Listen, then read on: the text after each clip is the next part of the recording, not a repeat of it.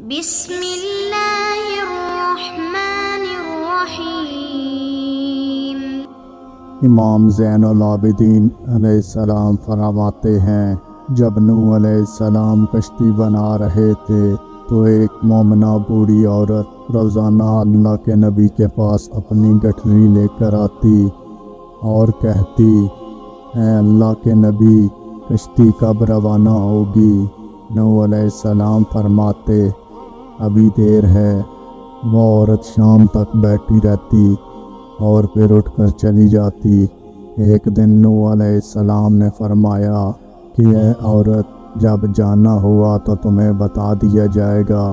یہ عورت واپس چلی گئی اور انتظار کرنے لگی کہ کب نوح علیہ السلام بلائیں گے۔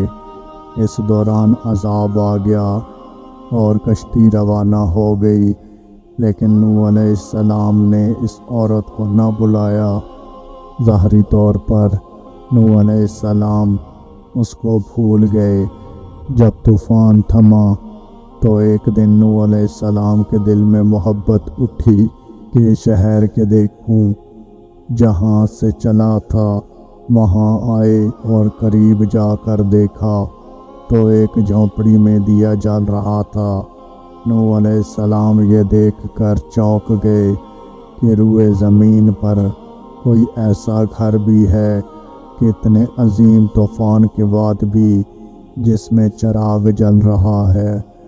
انہوں نے وہاں تکبیر بلند کی تو وہ عورت سامان لے کر آ گئی اور کہنے لگی، اے اللہ کے نبی، کیا کشتی تیار ہے؟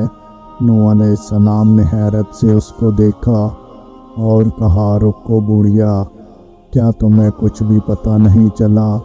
وہ کہنے لگی، اے اللہ کے نبی، کیا نہیں پتہ چلا؟ کہا، اتنا بڑا سیلاب آیا، بارش آئی، تمہیں کچھ بھی پتہ نہیں چلا؟ بڑھیا کہنے لگی، اے اللہ کے نبی، بس ایک دن بادل گرجے تھے اور کچھ ہلکی سی پھوہار پڑی تھی۔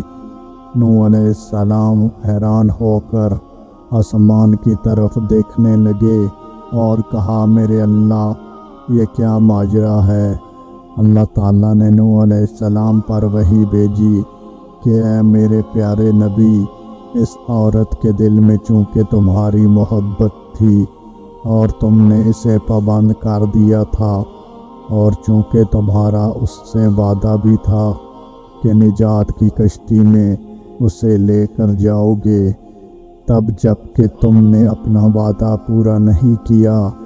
لیکن اے نوح علیہ السلام، میں تو تمہارے وعدے کا ذمہ دار تھا، اس لیے میں نے اس بڑھیا تک عذاب پہنچنے ہی نہیں دیا۔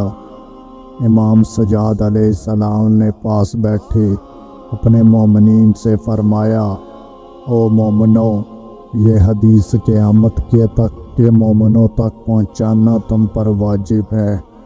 انہیں بتا دو کہ جس نے ہم سے محبت کی، قیامت کا عذاب ضرور آئے گا، لیکن جیسے اس بڑھیا کو پتہ نہیں چلا، ہمارے مومنوں کو بھی پتہ نہیں چلے گا کہ کب قیامت آئی اور کب چلی گئی۔